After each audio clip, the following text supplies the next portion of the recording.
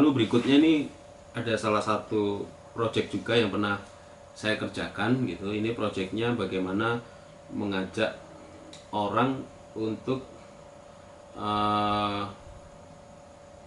ya, project ini adalah salah satu project untuk menceritakan tentang profesi desainer grafis. Jadi profesi desainer grafis itu secara etika itu ya macam-macam ya. Secara etika kita harus jujur pada klien, kita harus menggunakan desain sesuai hak cipta, kita harus bekerja secara kreatif gitu ya. Nah, sebelum saya bisa menampilkan ide-ide tersebut, saya lakukan brainstorming ya. Brainstorming itu cara kita untuk mengembangkan ide-ide. Caranya ya dari ide yang objek yang akan kita gambar. Kebetulan saya mau bikin logonya tentang profesional dan jujur kepada klien. Itu idenya, logonya.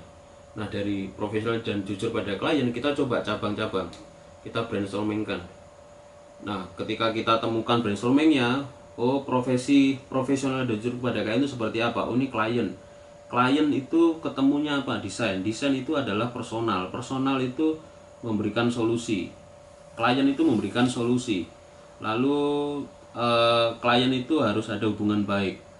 Profesional dan jujur pada klien itu harus bersikap dan sebagainya. Nah, ini dari brainstorming ini coba kita mencari kata-kata yang saling berkait. Semakin banyak brainstorming ini semakin baik. Kenapa? Karena kita akan mengeluarkan ide-ide yang tidak terpikirkan sebelumnya. Jadi brainstorming ini adalah ide kunci di awal sebelum kita menemukan icon indeks simbol. Nah, fungsinya dari brainstorming ini nanti kita akan menemukan kata-kata kunci apa saja yang bisa kita gunakan sebagai icon indeks simbol tersebut. Nanti dari kata kunci ini, dari brainstorming ini kita akan milih kata mana yang paling menarik. Nah, menarik ini harus sesuatu yang unik ya. Jadi kadang-kadang kenapa saya bilang harus kemana-mana, karena semakin kita membuat tulisan yang semakin unik dan kreatif, kita nanti mencoba menghubungkan sesuatu yang unik tadi. Coba kita kembalikan lagi ke pokok ide awal. Kebetulan ide awal di sini adalah profesional dan jujur pada klien. Nah, kira-kira hal unik tadi masih relevan nggak? Masih nyambung nggak? Kalau masih nyambung, itu berarti kita gunakan kata kunci tersebut. Nah, kebetulan dari brainstorming ini yang saya tampilkan tadi itu saya menemukan 3 kata kunci. Kata kuncinya adalah profesional. Itu menggambarkan, saya gambarkan sosok desainer grafis profesional, kepala desainer grafis. Yang kedua adalah komunikasi, jelas. Bagaimana hubungan desainer dan klien itu jelas komunikasi. Cara kita memberikan brief, karena sebetulnya desainer itu kan adalah pemecah masalah. Jadi dia harus bisa memberikan problem solving ya, atau ada masalah apa dari klien harus kita pecahkan menjadi solusi. Nah, komunikasi itu yang harus kita jalin secara baik. Makanya komunikasi ini saya gambarkan, saya ambil, saya ikonikan seperti balon kata tadi. Yang ketiga adalah hubungan baik. Jadi desainer dan klien itu adalah sesuatu yang hubungan baik, dan nggak mungkin desainer itu berdiri sendiri, atau nggak mungkin klien itu berdiri sendiri. Nah, ketika hubungan baik terus menerus, itu saya simbolkan menjadi gambar infinity atau bergerak secara terus menerus. Nah, itu kan sudah menjadi simbol ya. Infinity kan bergeraknya secara terus menerus, bisa sebab akibatnya indeksnya dia adalah hubungan yang baik gitu ya. Nah, dari gambar-gambar tersebut ini, lalu saya setelah ketemu gambar balon kata, gambar infinity, gambar wajah sosok manusia profesional secara ikon tadi, coba saya gabungkan. Ketika saya gabungkan, ini mana yang paling masuk akal. Nah, disinilah kemampuan estetika mulai kita main, mulai kita masukkan pemahamannya. Desainer tidak harus jago banget gambar ya, tapi dia harus bisa menyederhanakan gambar tersebut supaya dapat ditangkap secara sederhana oleh persepsi gitu ya. Persepsi siapa? Persepsi dari ikon-ikon yang kita bikin tadi. Jadi ketika kita masuk ke sketsa, ini tidak membutuhkan gambar yang bagus.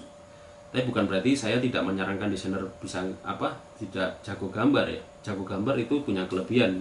Tapi kalau nggak bisa gambar ya nggak apa-apa gitu. Yang penting sketsa yang Anda bikin itu secara sederhana mampu disepakati atau mampu dimaknai oleh orang luas. Oh, gambar kepala ya bentuknya semacam itu. Nah, dari gambar kepala, gambar balon kata dan infinity ini coba digabung nih. Nah, disinilah yang membedakan kita nanti, seperti di penjelasan video-video saya sebelumnya, yang akan membedakan bagaimana logo tersebut menjadi generik atau bukan gitu, asal comot atau bukan. Dan ini prosesnya sangat panjang gitu. Jadi dari ide kita ketemu brainstorming, dari brainstorming ketemu icon index simbolnya, secara apa namanya, kata kunci, dari kata kunci lalu kita sederhanakan dengan pendekatan sketsa ini, kita main. Yang saya tampilkan ini adalah beberapa saja, sebetulnya saya bikin banyak sekali ya, tapi ini sederhana semacam ini, digabungkan mana yang paling menarik, mana yang paling sederhana tapi tanpa menghilangkan secara esensinya. Jadi ini yang menjadi penting, jangan sampai orang mendesain itu langsung di depan komputer ya. Kalau langsung di depan komputer dia akan terpaku pada sesuatu yang geometris, tidak bisa liar. Tapi kalau dengan sketsa kita bisa coret kemana-mana dan itu bisa memperkaya estetika dan kemampuan visual kita. Jadi salah nggak apa-apa, toh nanti bisa dibetulkan di digital atau di software grafis.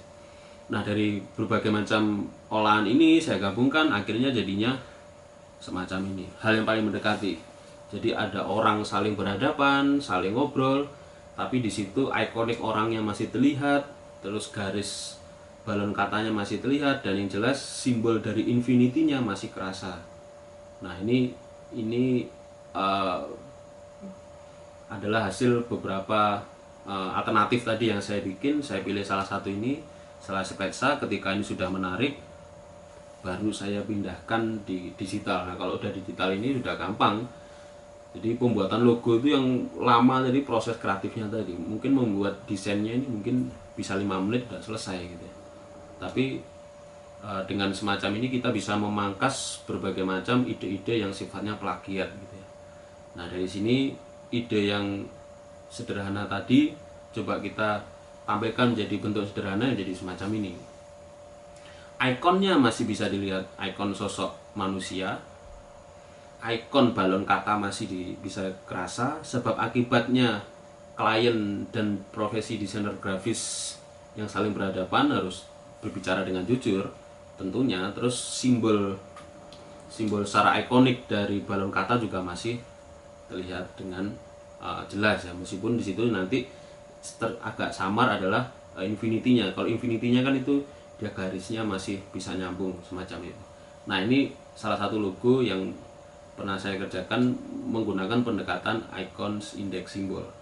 Ya, itu tadi penjelasan sederhana saya tentang icon index symbol. Saya tidak akan membicarakan tentang semiotikanya. Kalau belajar semiotika ya silahkan, nanti mungkin suatu saat saya akan memberikan pemahamannya gitu ya. Tapi di sini kita sepakati bagaimana gambar itu bisa muncul, itu berdasarkan icon yang kita bikin, keterwakilan dari ide, sebab akibat kenapa logo itu harus muncul, bentuk itu harus muncul, dan simbolnya yang bisa secara sederhana dimaknai oleh yang melihat. Logo tadi harus bisa menjadi tanda atau bisa menjadi identitas, karena logo tadi harus bisa menyampaikan informasi yang bersifat komunikatif. Nah, bagaimana cara kita membuat informasi yang komunikatif?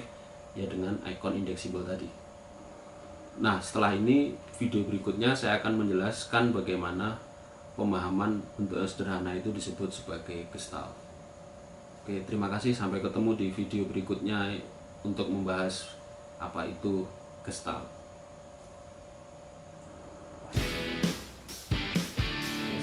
Selamat malam. Kembali lagi ya.